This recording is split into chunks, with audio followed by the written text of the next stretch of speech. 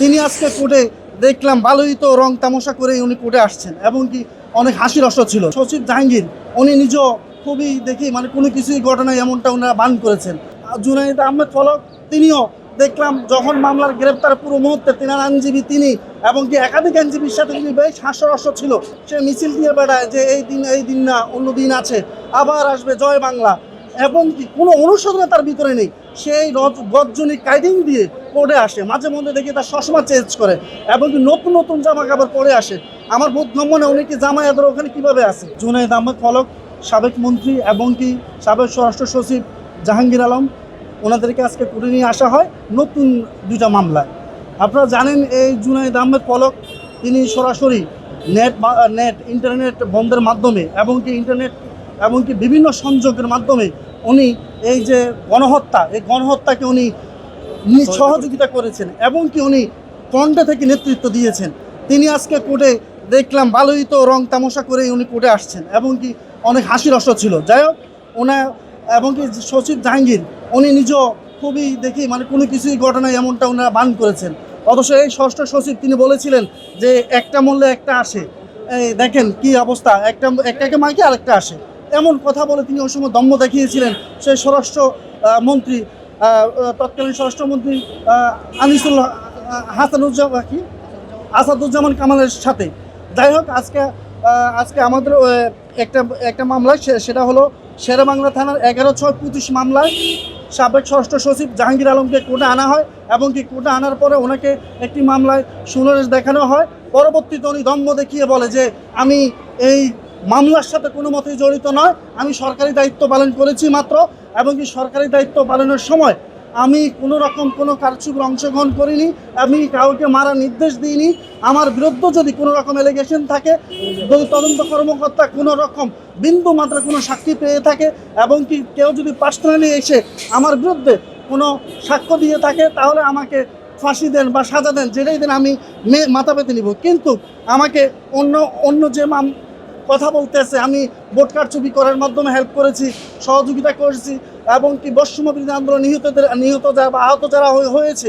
Extreme মশার coil plant fibre দিয়ে তৈরি, তাই সহজে ভাঙে না, সুগন্ধিযুক্ত ও নিরবিচ্ছিন্নভাবে জ্বলে। ডেঙ্গু, চিকুনগুনিয়া বাহি সহ যে কোনো মশার বিরুদ্ধে দেয় এক্সট্রিম সুরক্ষা।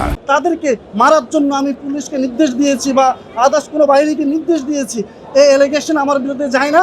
আমি এই মামলা গ্রেপ্তার আমাকে দেখানোও যায় না, আমার বিরুদ্ধে ব্যবচার করা হচ্ছে। তখন আদালতে আমরা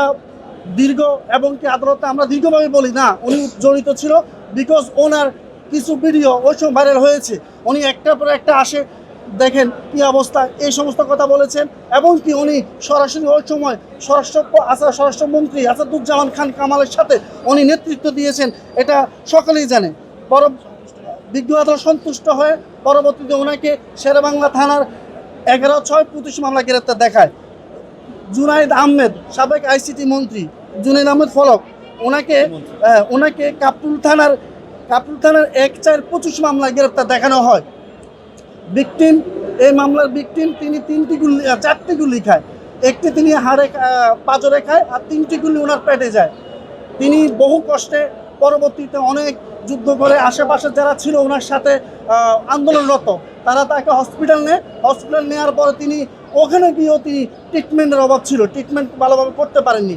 পরবর্তীতে উনি আরেকটি হসপিটালে যায়, হসপিটালে গিয়ে উনি ট্রিটমেন্ট হয়ে উনি সুস্থ হওয়ার পরে উনি অত্র মামলাটি দায়ের করে। এই মামলা জুনাইদ আহমেদ ফলক তিনিও দেখলাম যখন মামলার গ্রেপ্তার পুরো মুহূর্তে তিনার আইনজীবী তিনি এবং কি একাধিক আইনজীবীর সাথে তিনি বেশ হাস্যরস ছিল।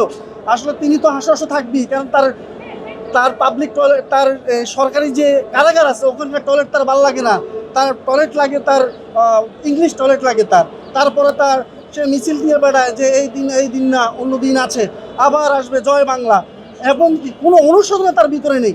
সেই গজ্জনী কাইডিং দিয়ে পড়ে আসে, মাঝে মধ্যে দেখি তার চশমা চেঞ্জ করে এবং কি নতুন নতুন জামা কাপড় পরে আসে। আমার বোধগম্যনে উনি কি জামায়াতের ওখানে কীভাবে আছে। যাই হোক, এই সমস্ত খুনের কাণ্ডারি হাজার হাজার বৈষম্য বিরোধী আন্দোলনে বা ছাত্রদেরকে মেরেছেন, বিএনপির কর্মীদেরকে মেরেছেন এবং কি অন্যান্য যারা দল করে তাদেরকে মেরেছেন, হাজার হাজার বিএনপি কর্মী গুম করেছেন। 2023 সালের নির্বাচন থেকে শুরু করে 17টি বছর আদালত আদেশ দিয়েছে, ওনাকে গ্রেপ্তার আদেশ দিয়েছে আদালত। আদালত এই মর্মে সন্তুষ্ট হয় যে উনি প্রত্যক্ষ এবং পরোক্ষভাবে উক্ত খুনে ইন্ধন দিয়েছেন এবং জড়িত ছিলেন, যেহেতু উনি ফ্যাসিস্ট সরকারের বেতাত্তা ছিলেন এবং কি ওনার নির্দেশে উনি ইন্টারনেট বন্ধ করে যাতে খবরাখবর না ছড়ায় ওই কাজে উনি সাহায্য করেছেন। এবং কি ওনার গাম্ভীর্য থেকে বোঝাই যায় উনি যদি আবার বের হয় মনে হয় আবার অমুক কাণ্ড করাতে পারে তিনি ক্ষমতার জন্য। ঠিক আছে। বলুন। আপনার নাম কি?